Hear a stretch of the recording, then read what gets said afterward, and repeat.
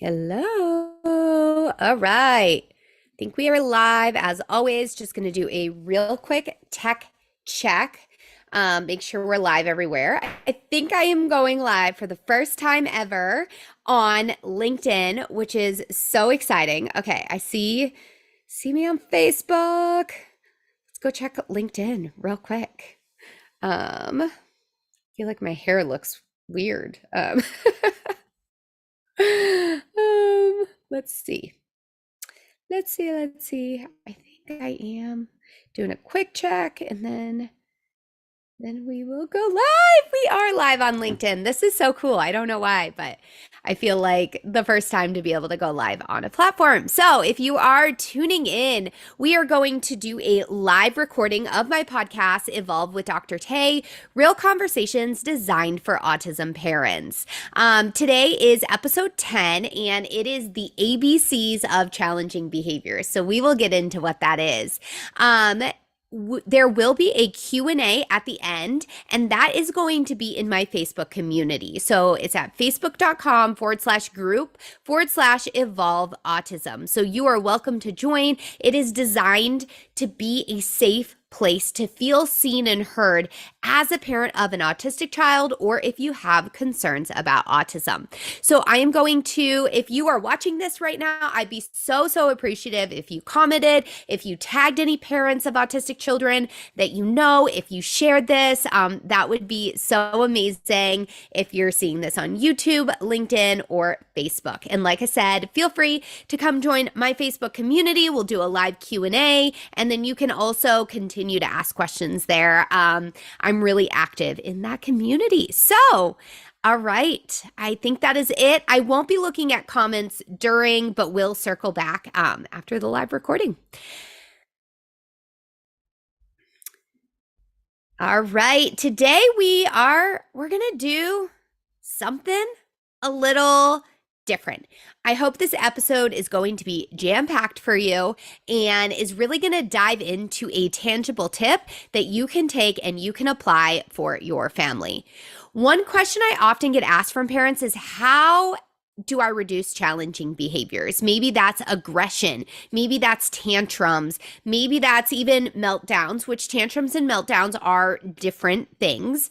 Maybe that also is like, grabbing toys, or, also like constantly getting up at dinner, whatever it is, whatever is this thing that is interfering for you. Today, we're going to talk about how to navigate this. And the place we need to start is to understand the function of the behavior. So a lot of times when parents are asking me, and working with me in clinical practice, or they're asking me on social media, they want that quick fix. I understand. You might be one of these parents where you're like, yeah, I want to get to the bottom of it. Tell me what to do. I'm willing to do anything. And here's the reason that a quick fix doesn't work. A quick fix is often saying, okay, for the majority of people, does this approach work? And it does for the majority, but there are so many unique differences that we actually want to focus on what is going to work for your child. And being willing to collect the data first is how we are going to know what is actually going to reduce the behaviors that you want to see less of. And so it's less about quick fixes. It's less about quick fixes, and it's truly about trying to understand your child. The other thing to keep in mind is a lot of times on social media, we'll see these quick fixes, but it is important to also consider, were these fixes developed for neurodivergent children, particularly autistic children? Or is it one of these things that is like, yeah, it generally works on neurotypical children, but it might not exactly work for your child? There's nothing faulty with your child. There's nothing wrong with your child. We just have to understand, again, what that function of the behavior is. Because what I want you to go into this episode and have this mindset as you're listening is that your child's challenging behaviors are communicative. They have a They have a purpose, they have a function, and we need to figure out what they are trying to communicate. That is going to be the most effective path. So, this episode is going to give you tips and strategies where you actually need to pay attention to your child's behaviors and what is going on around it before and after, before we're ever going to be able to do the actual intervention of the behavior. So, you might be like, Taylor, that's not like fixing the problem. It's kind of this slow approach so that you can speed up. You could jump into strategy after strategy, but you could be doing that a really long time. This is going to work if you are willing to actually figure out what your child is trying to communicate. So this episode, we're going to discuss the ABCs of behavior and the importance of tracking to understand what happens before and after the situation you're identifying as challenging or problematic. We will also talk about then how you can use these data then to start to intervene. All right, so let's go ahead and dive in. I'm Dr. Tay, a licensed child psychologist and parental mindset coach specializing in autism. I have supported hundreds of autistic children and their families and have been in the autism field for over a decade. I'm the host of Evolve, the podcast where we have real conversations that are designed for autism parents just like you. Each week, we will discuss topics that directly impact your life, from providing psychoeducation about autism and neurodiversity to talking about your personal growth, well-being, and evolution as a parent. We dive into it all. Just keep in mind, nothing shared on this podcast is clinical advice, and you should consult with a medical or mental health provider if you need support. Now, let's get to talking about the ABCs. These ABCs are different than when you hear ABCs, you're like, yeah, let's teach my child the alphabet. Not what we're going to be doing today. These ABCs are for you as the parent. So let's talk about what the ABCs are. The B, I want to start there because I think this is often easiest to think about. The B is behavior. The A, which comes before the B, is the antecedent. And this is also the thing that comes before the behavior, the antecedent. What is happening? What's kind of triggering it? What's cueing it? What is that thing that directly precedes the behavior? That is really, really informative. Then we have the C. Notice the C comes after the B. Similarly, the consequence comes after the B, or similarly, the consequence comes after the behavior. Now, you might hear the word consequence and you might be like, I'm out, Taylor. Like, I am not doing quote unquote consequences with my child, that if you don't do this, then you lose this. Yes, that is a type of consequence, but that's not exactly what I'm talking about here.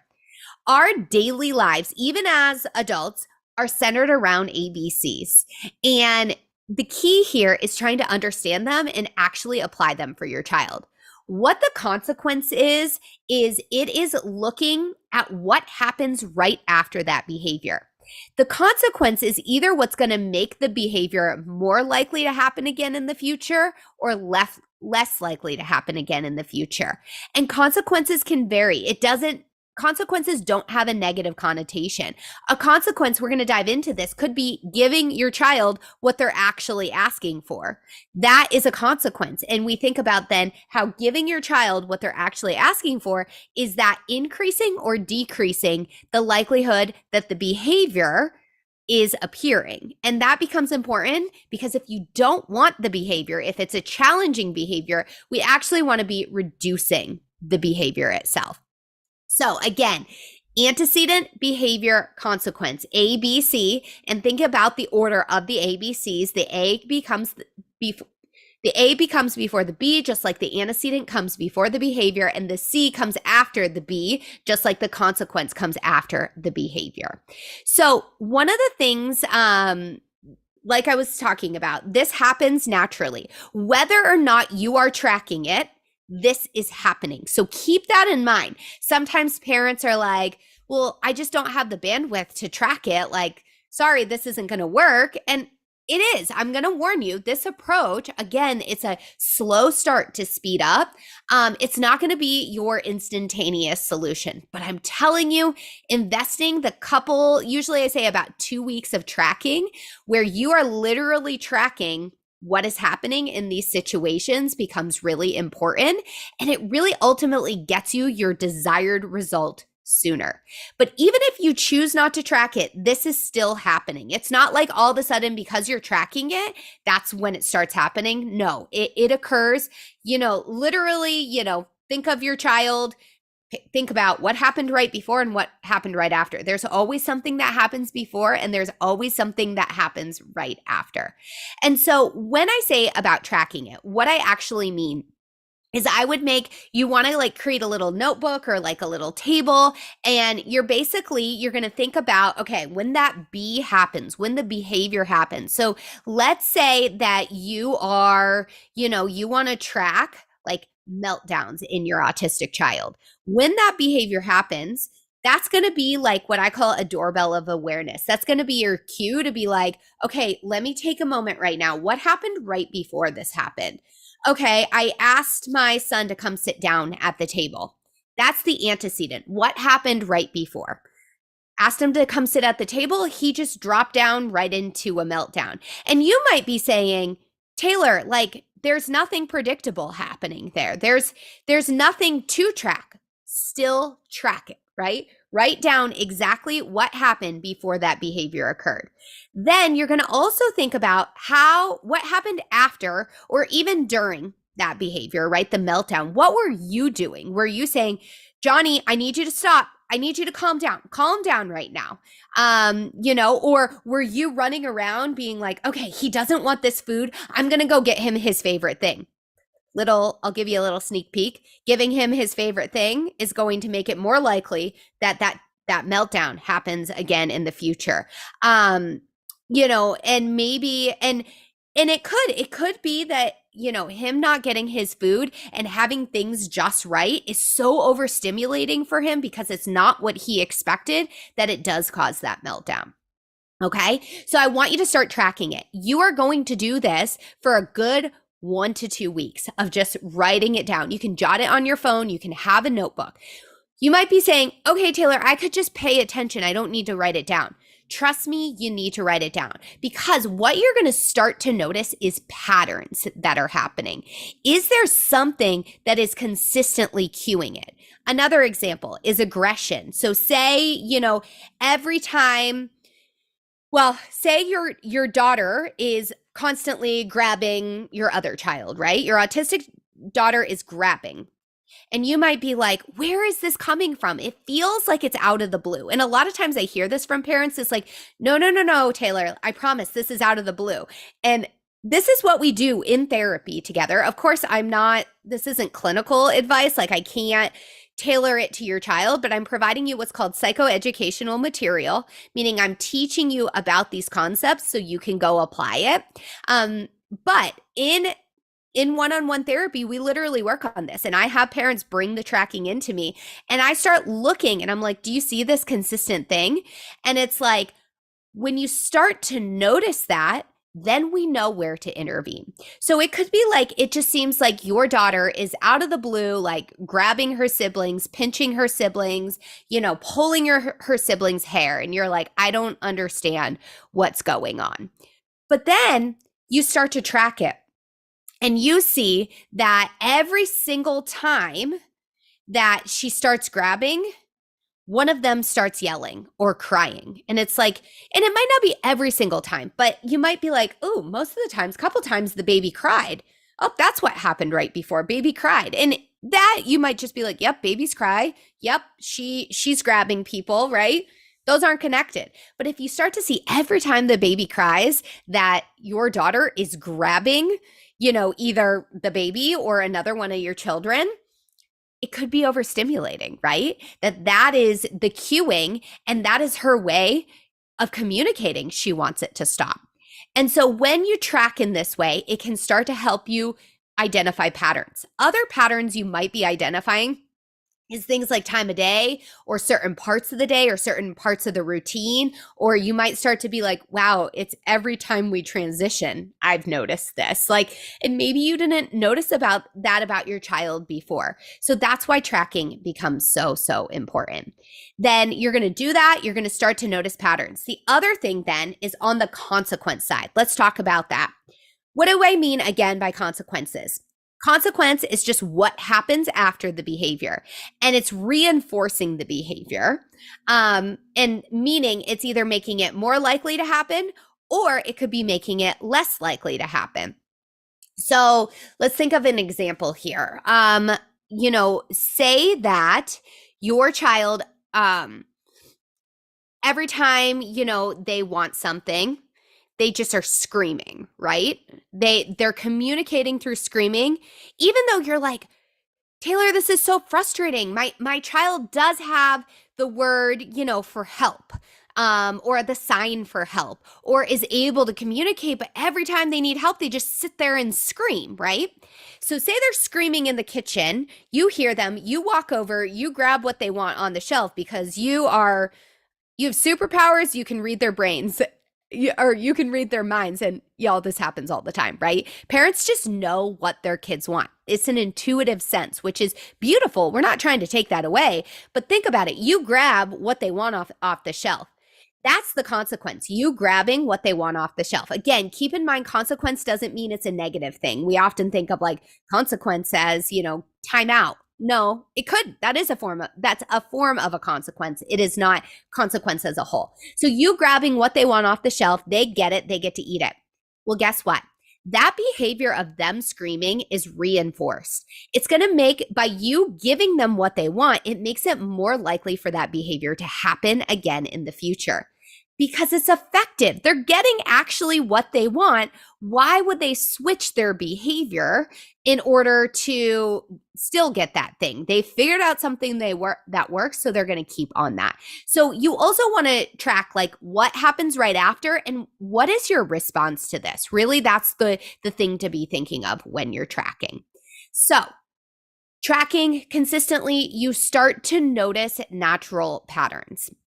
I want to jump in real quick before we talk about how we then use this data once you do notice the patterns, and talk about this idea of, what I've seen in the autistic community. So I have seen posts in the autistic community that talk about how this type of approach isn't ideal. It can be harmful. And where that's connected to is actually ABA, Applied Behavior Analysis. So ABA does what's called FBA's, Functional Behavioral Analysis, where they're actually analyzing the child's behavior, which is based on ABCs. But ABA isn't where ABCs aren't just about ABA. Or let me say that again. ABCs aren't just used in ABA. They are literally used in every single intervention approach, even if you don't have an autistic child, right? And also they naturally occur. And so here's the thing with this is there can be this misperception that, ABCs are attached to ABA. I know so many acronyms, right? I find that in the autism world generally. But these are just behavioral principles. This is how humans function. Is like I said, regardless if you're tracking it, it is going on. Again, your kid just wanted something simple off the shelf. You're giving it to them. And that is going to happen whether you track it or not. Now, one of the concerns with ABA and also like these ABCs is that often we see the consequence be like a food reward, and that can be problematic. Also, commonly in ABA, if your child is having a meltdown, what they would say is quote unquote the intervention at the consequence level is to ignore your child's tantrum. You won't ever hear that from me. We are going to be supporting your child, validating your child, helping your child to develop the skills in order to be able to communicate in a way that's going to get them what they want.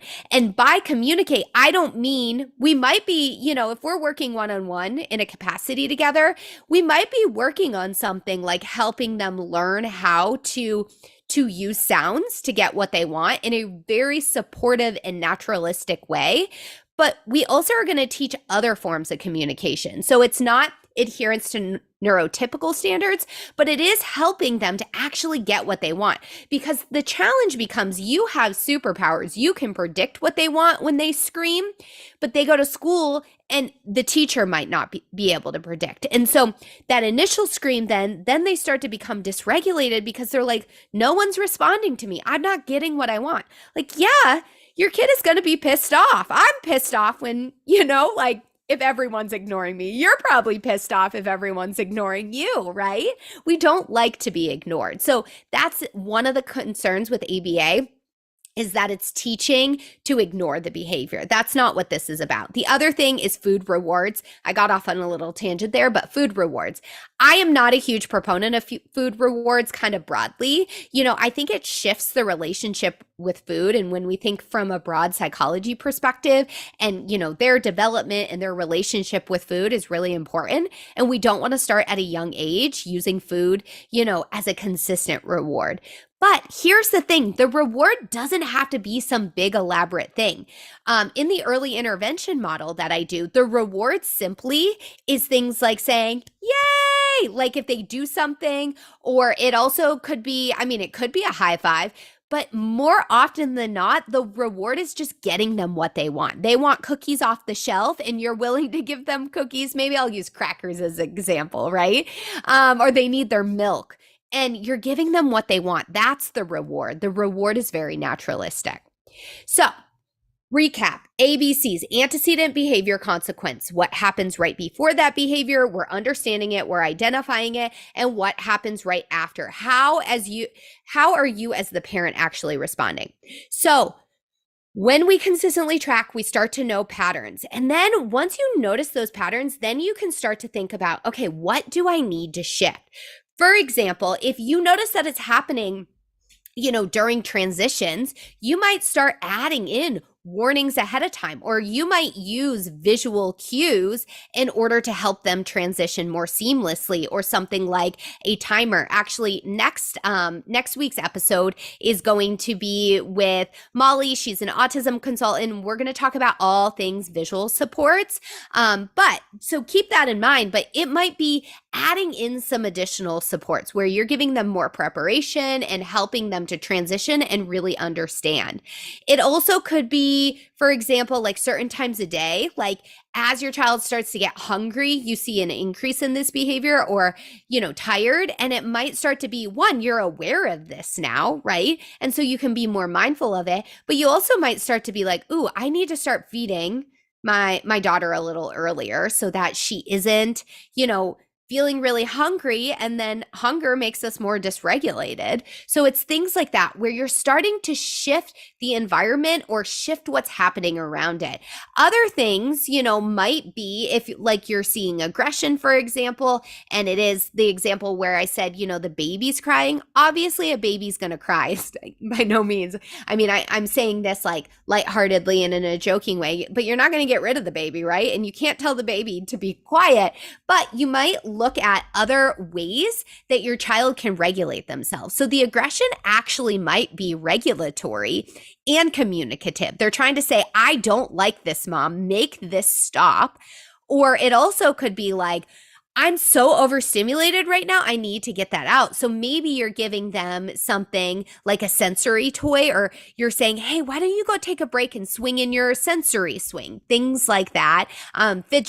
Fidgets was the word I was looking for, giving them fidgets, all of that. Sometimes oral fixation, being able to chew on something, so there's different ways. Once you start to identify what the problem is, then we can start to think about how can we shift the environment, and also then how can we help them to regulate.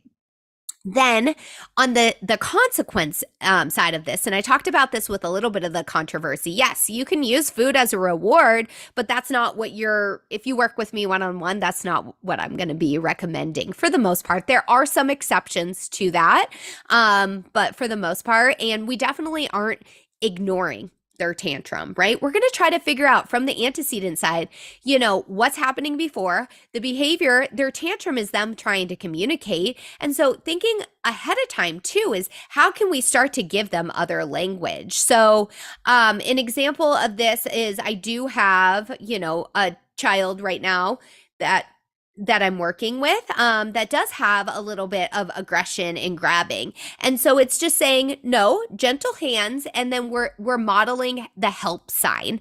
I started to do it, but I mean, you guys can see me live, so this is help. But in the podcast, you guys can't see me. But you might model the help sign, and then we actually just create some space from for the child. Also, like I said, giving some like sensory regulation things can be helpful as well. So sometimes you're modeling new behaviors, you're supporting new behaviors. But what the consequence side is also saying is your reaction or the way that, you know, what you're doing, is it making the behavior, that challenging behavior, more or less likely to happen again in the future? And so if we are giving them what they want when they scream, that's going to increase the likelihood of the behavior because they're actually getting what they desire. They think that their communication bid of screaming is effective.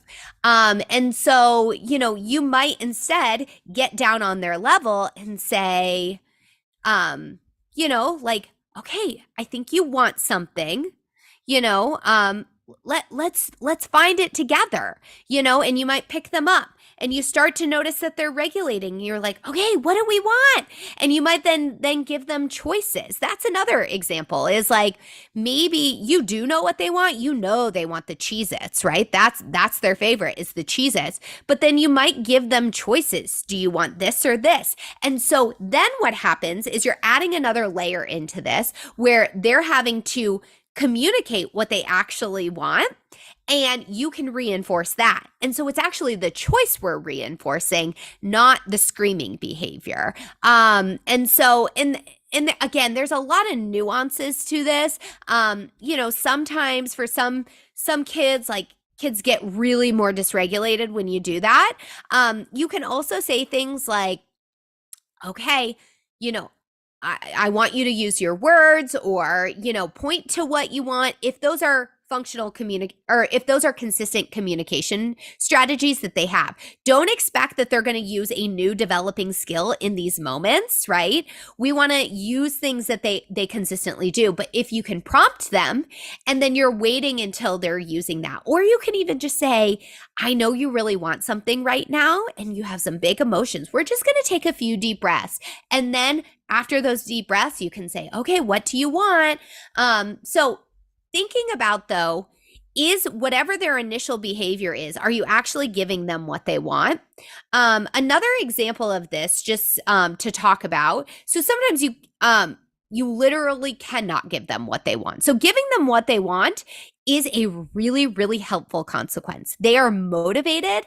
And so we want to think about, then, if they're really motivated, we are able to give them what they want, then what behavior do we want to reinforce? We don't want to reinforce the screaming or the tantrum.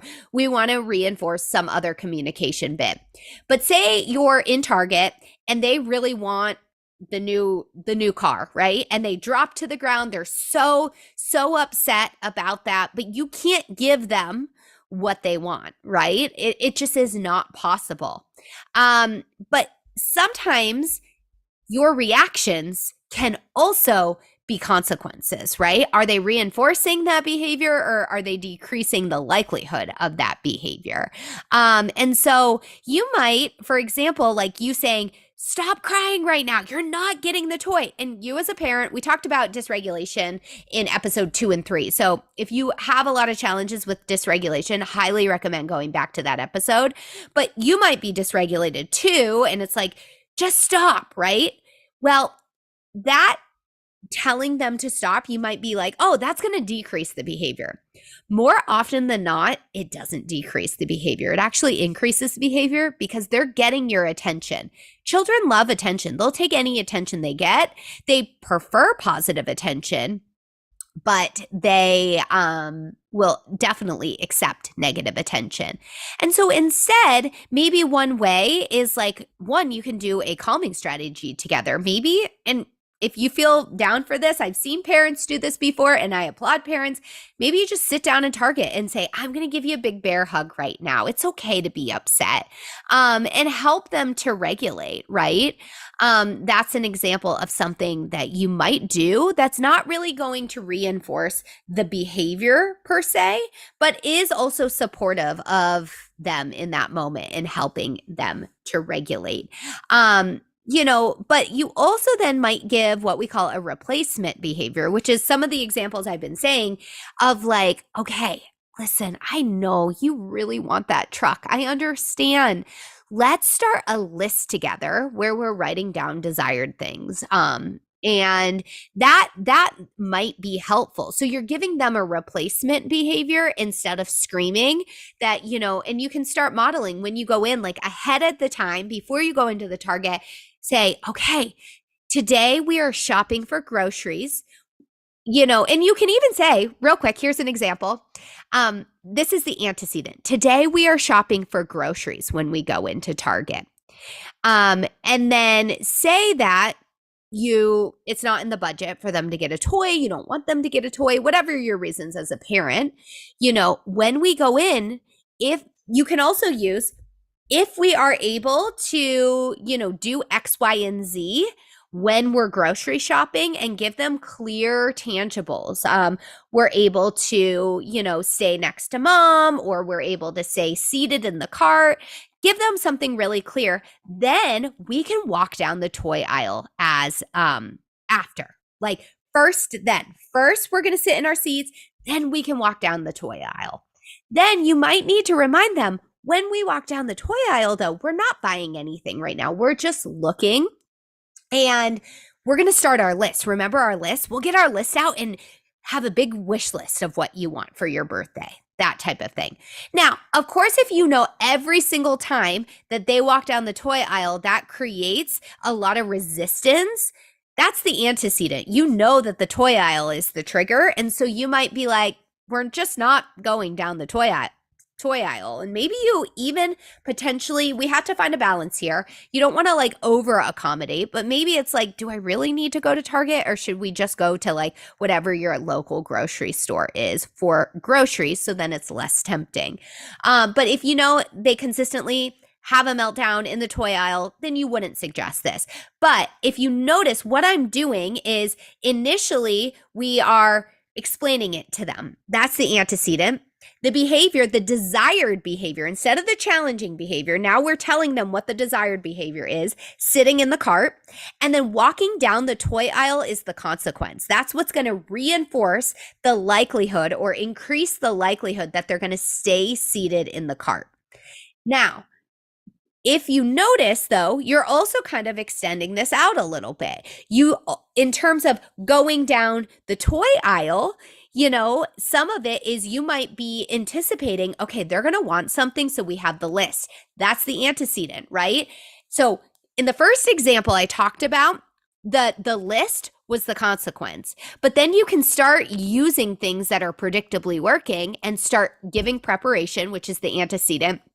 The behavior is you guys are walking down the toy aisle looking, and the consequence is they get to write it on the list. So that just is kind of an example. I know this is complicated. This is something that I work one-on-one with families on all the time. So my hope of this episode is it gives you a general sense. The biggest place I will tell you to start is start at the level where you're actually tracking the data. Start noticing patterns and writing those down and looking. Now, if you need more support, this is absolutely where you can work with a therapist, whether that's a mental health therapist, kind of like myself as a psychologist, that falls under the mental health realm, or you can also work with like an occupational therapist on this as well. But this is something that, in my clinical work, I support families with all the time, and I choose to use more of a whole family approach. So you guys have heard me say whole family approach on this podcast before. It was in the intro even. What do I mean by that? So say, for example, you're presenting to me and you're like, Maybe you heard this episode and you're like, Taylor, I started tracking, but I'm really lost. I'm not seeing patterns in the data. Or I do see patterns in the data, but I can't figure out what the appropriate interventions are in order to start to shift that behavior. And you're like, so I need help. A typical like child psychologist or mental health therapist or even occupational therapist is going to be like, okay, let's just dive into ABCs. Let's start working on interventions. And that is so effective and absolutely part of what I do. But that's not the whole part of what I do. I find it is also really, really important to support the entire family system. So we might start then us sitting together, you and I'm like asking you, how do you feel about this? What might be some barriers for you? And maybe after a really rough week, you come to session, you are exhausted. You're like, Taylor, this isn't working. Some of what we might talk about is not like, how do we make it work? It's like, how can I support you in this moment? Because if you're fried as a parent, you're not going to be able to implement all these tools and strategies. And so this is what I mean by the whole family approach is I am here to support you as a parent just as much as I'm here to support your child. And so I started this when I started my private practice, and even which was in June of 2022. But even as I started to work through private practice, I started incorporating more and more approaches that supported the whole family system. And it was very different from how I was trained. But I have found this incredibly beneficial. And I just love what I do. It was, a turning point just real quick before this. I was on internship at Duke University Medical Center. Internship is like residency. And I had to do a family therapy rotation, and that started to open my eyes up. And then I started to really let it evolve. And with it being my private practice, I can do what I want. That's the really cool thing. And I saw such a need. Let me give you another example of the whole family approach. So you're doing ABCs, you're doing this approach, and you're like, okay, like he keeps doing this. What do I do? And on live video, you guys can see I'm pretending to text, but again, I don't know why my brain keeps forgetting right now that this is a podcast recording. But you literally can text me in the moment. Right before actually I hopped on this live, I got a text from a parent, that was asking, without going, of course, I can't go into too many details, but it was about the mom's child's anxiety and like what the mom's reactions were to it, what the child's reactions were to it. And, they were kind of at a stuck point, and I was able to coach the mom through this over text. And so this is an example is then you don't have to wait till the next week with me and be like, oh yeah, this thing happened. You might not even remember. Or I find a lot of times parents are like writing down all these examples, and we spend so much time in session just talking about what happened in the week versus really moving forward. So this whole family approach, I love it. I am passionate about it. I am seeing it work like incredibly.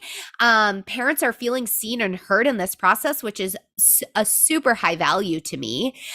And we often are making progress. I shouldn't even say we often. So far, every family I've worked with in this way has made progress so much faster. We're seeing a lot of momentum.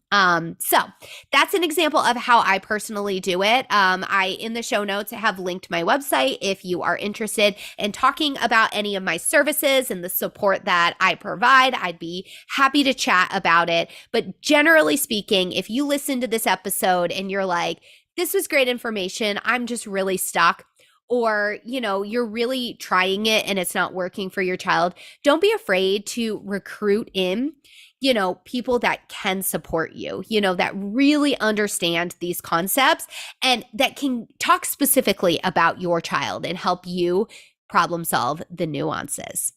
All right, y'all, that is a wrap for this week's episode. So we talked all about the ABCs of behavior, the antecedents, the behaviors, and the consequences, and how by tracking this information consistently over a week to 2 weeks, you can start to see patterns in your child's behavior.